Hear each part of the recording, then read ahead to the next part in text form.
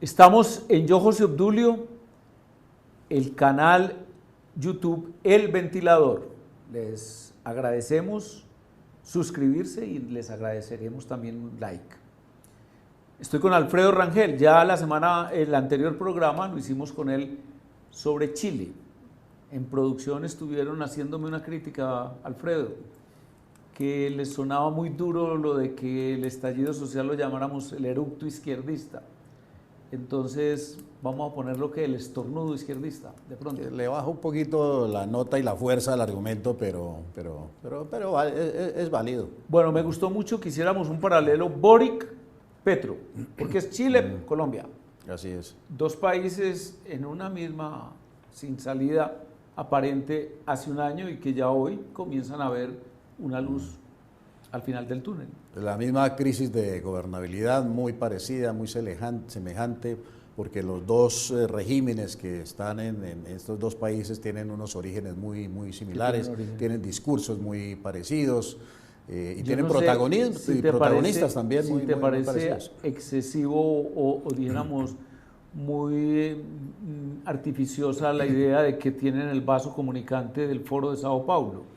Porque yo creo que es que el Foro de Sao Paulo es la gran matriz, digamos, del socialismo del siglo XXI y es digamos, como el alma mater, por decirlo así, de estos grupos y estas izquierdas recientes en América Latina. Beben de las mismas fuentes, los mismos discursos, la misma jeringonza, los mismos simbolismos y tienen sin duda alguna los mismos propósitos, Bueno, así de que no es exagerado. Exactamente, te voy a contar una anécdota para que entremos en un paralelo que te voy a proponer.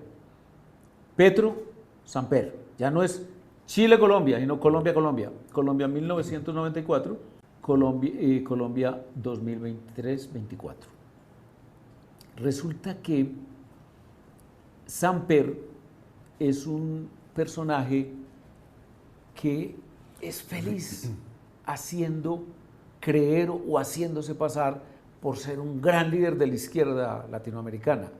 Él es uno de los promotores y protagonistas de un grupo llamado Puebla, que gira alrededor del presidente de México, de Andrés Manuel López Obrador, así como el Foro de Sao Paulo ha girado alrededor de Lula y de Fidel Castro, o sea, Cuba.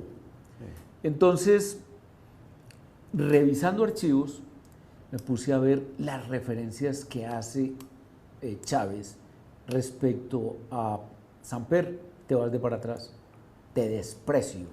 Se refiere a él prácticamente como poco menos que un títere y una especie de llorón pidiéndole visa a los Estados Unidos. Entonces, desarrollemos tu idea. Paralelo, Samper, Petro, supongo que estarás pensando En la crisis. proceso 8000, proceso 15000 Exactamente. y sobre todo el manejo de la crisis. Sí, las similitudes y los paralelismos son evidentes, que empiezan obviamente por el origen de los recursos de las campañas presidenciales. En Samper, pues claramente, y lo dijo la justicia, tuvieron como fuente el narcotráfico. En Colombia ya se empiezan a ver con lo que se está conociendo que una infiltración de recursos del narcotráfico, de narcotraficantes o exnarcotraficantes en esa campaña. Me parece que esto genera obviamente una crisis de gobernabilidad que pone a los gobiernos a la defensiva. Es decir, los presidentes se pueden salvar, pero no gobiernan. Y se les va todo el tiempo, como le pasó a Samper, en defenderse y tratar de no dejarse, digamos, mover de la silla. Yo estoy aquí y aquí me quedo. Entonces toda la ofensiva pues para comprar los votos del Parlamento, de la Comisión de Acusaciones, etcétera, pero con unas diferencias también que son significativas y que yo creo que son más preocupantes para Petro. A saber, Samper tenía las mayorías absolutas en el Congreso de la República. En el Senado, por ejemplo, eran 100 y piquito, 102 senadores. El Partido Liberal nomás tenía 57 senadores. O sea, las mayorías eran totales. Petro no las tiene, ya las perdió. Entonces, ahí ya empieza a haber un problema. Samper tenía el apoyo de los grandes grupos económicos, lo que en esa época llamaban los cacaos. En este caso, Petro no apoyo, tiene el que hago apoyo paréntesis, de sí. los gremios. Era un apoyo cerrado de los medios, y los medios eran los grupos económicos. Claro. Tenía el apoyo, digamos, de los principales medios, empezando por El Tiempo, que era el periódico que generaba la mayor opinión en el país en ese momento. Eso le parecerá muy extraño a los jóvenes que nos están viendo, Sí. pero era así. Es que lo de youtuber y eso es una cosa nuevecita. Claro, Las redes realmente son del 10, Exactamente. del año 2010. Exactamente. Entonces, la opinión pública en general también tenía una fracción muy dura que siempre acompañó a Samper, y en este caso con Petro se han visto esas movilizaciones pues masivas en muchas ciudades del país en contra del gobierno de Petro. O sea, y Petro ha perdido la calle, las encuestas, la opinión, la prensa, el empresariado y el Parlamento. Al contrario de Samper, que tenía prácticamente todos esos factores a su favor. La crisis de Petro en ese sentido es mucho más grave que la de Yo te Samper. incorporo dos elementos que yo estoy seguro que vas a estar de acuerdo con ellos. Uno, fuimos ambos, vos y yo, protagonistas, porque es una ley que se aprobó en el año 2017 y fue la que estableció que esas maneras prohibidas de financiación se convertían en delitos. Delitos gravísimos, 8 años de prisión. Y además, sujeto activo, el candidato y el gerente. Déjame recordarte, José Obdulio, algo que puede ser anecdótico. Yo fui el ponente de ese proyecto de ley en el Senado. Comisión primera y Comisión luego primera, plenaria. Venía de la Cámara, como lo presentó el representante Eduardo Rodríguez en ese momento, simplemente... Eduardo Rodríguez y la Fiscalía del momento. Sí, que simplemente aumentaban las sanciones administrativas de lo que ya existía. Y las multas. Y las multas. O sea, eso era una cosa, para mí era una tontería. Yo en la Comisión Primera, como ponente, cambié esas sanciones administrativas por sanciones penales. Uy, fuiste vos. Sí, ahí eso se aprobó en la Comisión Primera. Eso lo llaman ahora, no sé qué punitivo, populismo punitivo. Pues vea que no, y eso que se aprobó en la Comisión Primera, el Senado también se aprobó en la plenaria y así quedó. O sea, sanciones, pero es que, hombre, o sea, que vos no hay nada más criminal. Eficiente de que de pronto la presidencia o la credencial de Petro llegase a anular y de pronto él tenga que enfrentar un proceso penal. Y de muchos actores políticos que se han pasado las leyes electorales por la faja, han violado los topes, han comprado votos, han permitido el ingreso de recursos ilícitos en su campaña. Es que yo creo que no hay un acto más criminal en una democracia, políticamente hablando, que, tergiversar la voluntad popular a través del dinero, de la compra de votos, del dinero sucio, etcétera. Ganarle a los adversarios no con poder de convicción, no con propuestas, sino simplemente a peso limpio, a golpes de millonada limpia. Pues. Bueno, no sabía tu trascendental participación, es decir, es una norma que salió de tu caletre y de tu grupo de trabajo, que yo lo conocí, inclusive heredé algunos de ellos de un altísimo nivel y de un compromiso técnico impresionante. Pero se los ilustro a los que son televidentes, yo ni sé cómo se llamarán los que ven YouTube.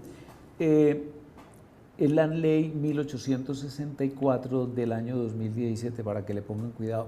Y además los que estén metidos en política, que se cuiden, porque es una norma ahora que estamos en elecciones, draconiana. ¿no? Sí. El otro elemento distinto, y que también sé que lo vas a comentar como un elemento que agrava la situación de Petro, es la existencia de las redes. Así es, porque en buena parte, digamos, las movilizaciones que se han venido realizando en contra del gobierno Petro han sido movilizaciones muy espontáneas, promovidas en redes. Hay grupos, digamos, políticos que han apoyado, que han dicho, sí, estoy de acuerdo con esas movilizaciones, etcétera, pero eso ha sido básicamente una movilización a través de las redes sociales. Sí, es que... ¿A alguien se le ocurre por ahí, con buen manejo de redes, decir, bueno, manifestación el próximo 28 de julio a las 10 de la mañana en el Parque Nacional, y empiezan todas las redes a difundir eso y la gente cae allá? Pero yo recuerdo mucho, José Obdulio, que una de las primeras manifestaciones, y la gran manifestación que se ha hecho en Colombia del 8 de contra las FARC. El 2 de febrero del 2008. Del febrero del 2008, eso febrero. También fue una manifestación espontánea. Alfonso Cano dijo la marcha de José Obdulio. Ah, para no que vea. No tiene nada que ver con la... Hombre, honor que le hizo. Honor que me hace, pero...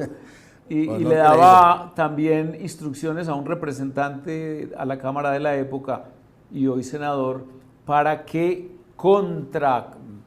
atacara, para que tratara de movilizar también sus propias huestes contra la marcha, una marcha de 10 millones de colombianos. Imagínate, y todo eso movilizado espontáneamente a través de redes sociales y de medios de comunicación. En aquella época era, dijéramos, BlackBerry. Sí, lo que había disponible, que no era mucho, pero ahí no hubo ningún partido, ningún gremio, ningún grupo económico movilizando. Fue la pura movilización espontánea de la gente que se moviliza, como en estos casos, en contra, por ejemplo, de las reformas del gobierno Petro, y que son absolutamente, digamos, equivalentes esas manifestaciones de oposición al gobierno con lo que dicen las encuestas. Por ejemplo, el 70% de la gente o más, casi 75% en algunas encuestas, está muy conforme y satisfecha con el sistema de salud en Colombia. Incluso hay colombianos que viven en el extranjero que vienen aquí a ser atendidos en el sistema de salud nuestro porque donde viven no son tan buenos, digamos en Estados Unidos o en Gran Bretaña o en Francia, qué sé yo. Y esa gente que teme, que casi tiene pánico de que se lleguen a quedar sin su sistema de salud, se moviliza en las calles ante un llamado X en una red social.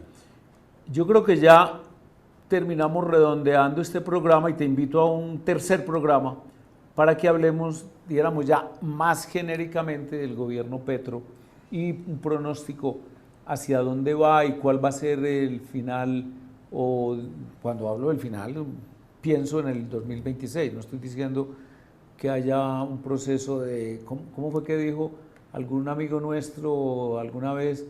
De no derrocarlo, sino de defenestrarlo. No estamos hablando de eso, estamos hablando de la evolución de un tema político.